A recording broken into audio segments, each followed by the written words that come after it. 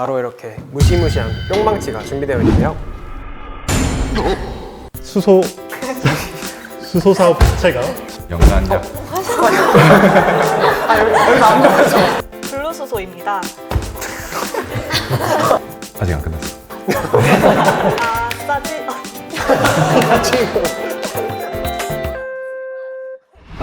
수소에 대해 자세히 알고 싶으시다고요? 에너지업계에 취업을 준비하고 계시다고요? 오늘의 영상을 주목해주세요. 안녕하세요. 현대올뱅크 홍보팀 이현수입니다. 안녕하세요. 저는 정현재입니다.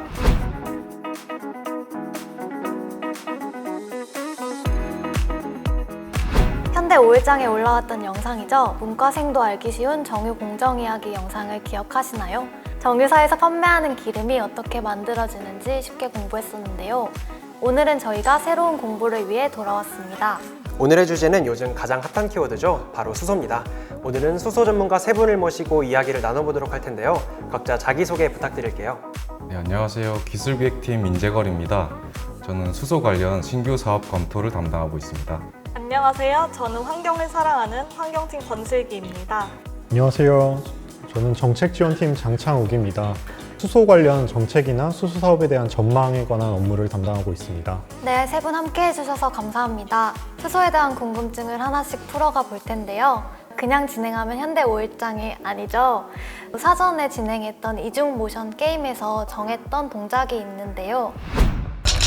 힘들었는데 자기소개하기.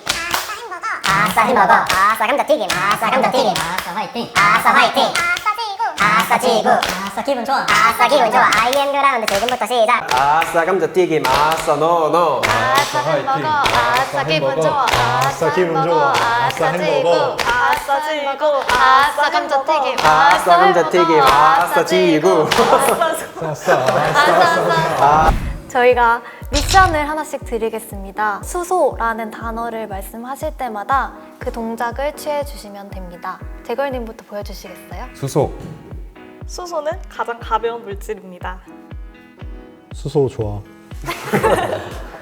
지금 보여주신 동작을 해주셔야 되는데 만약 동작을 깜빡하시거나 조금 다르게 해주실 경우에는 벌칙이 있습니다. 어떤 벌칙이죠?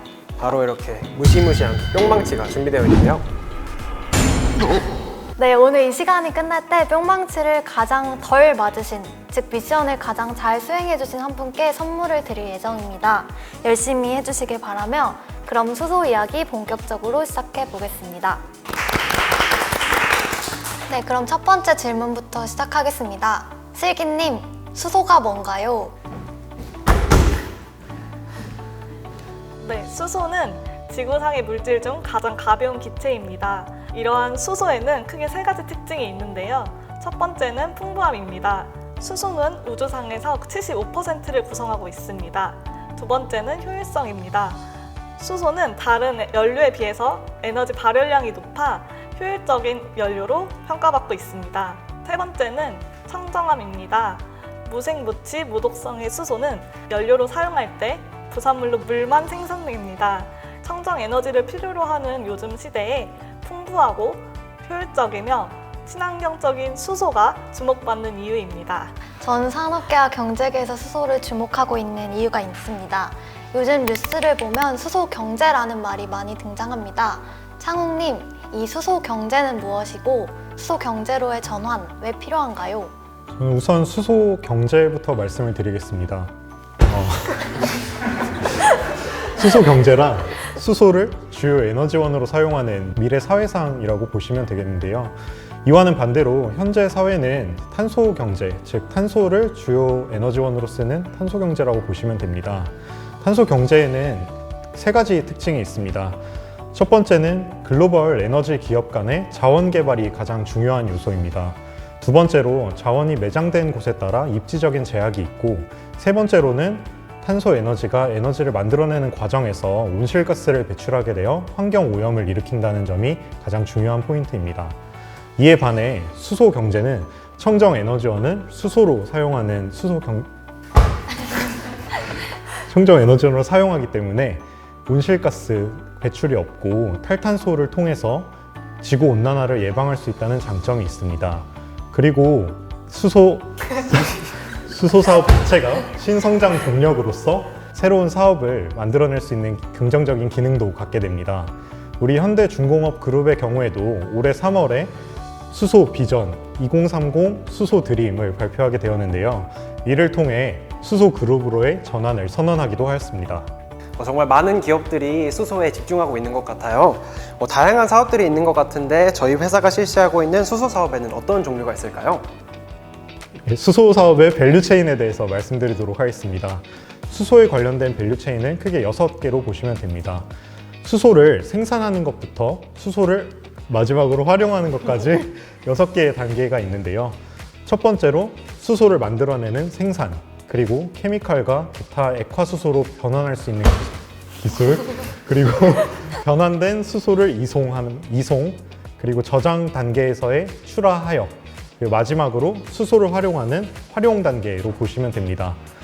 이처럼 6단계의 각 단계 모두의 수소 사업의 밸류체인이 있다고 보시면 되겠습니다.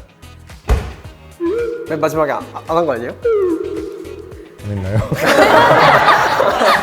네, 제가 알고 있는 건 수소차 정도였는데 정말 다양한 사업들이 있네요. 그럼 수소는 대체 어떻게 만드는 걸까요? 슬기님이 한번 이야기해 주시겠어요? 수소는 어떻게 만드는지에 따라 크게 3가지로 분류됩니다. 수소를 구분하는 기준은 수소를 만들 때 탄소 발생 정도에 따라 크게 그레이 수소, 블루 수소, 그린 수소로 분류합니다. 첫 번째로 그레이 수소는 탄소를 발생시키는 수소로 저희와 같은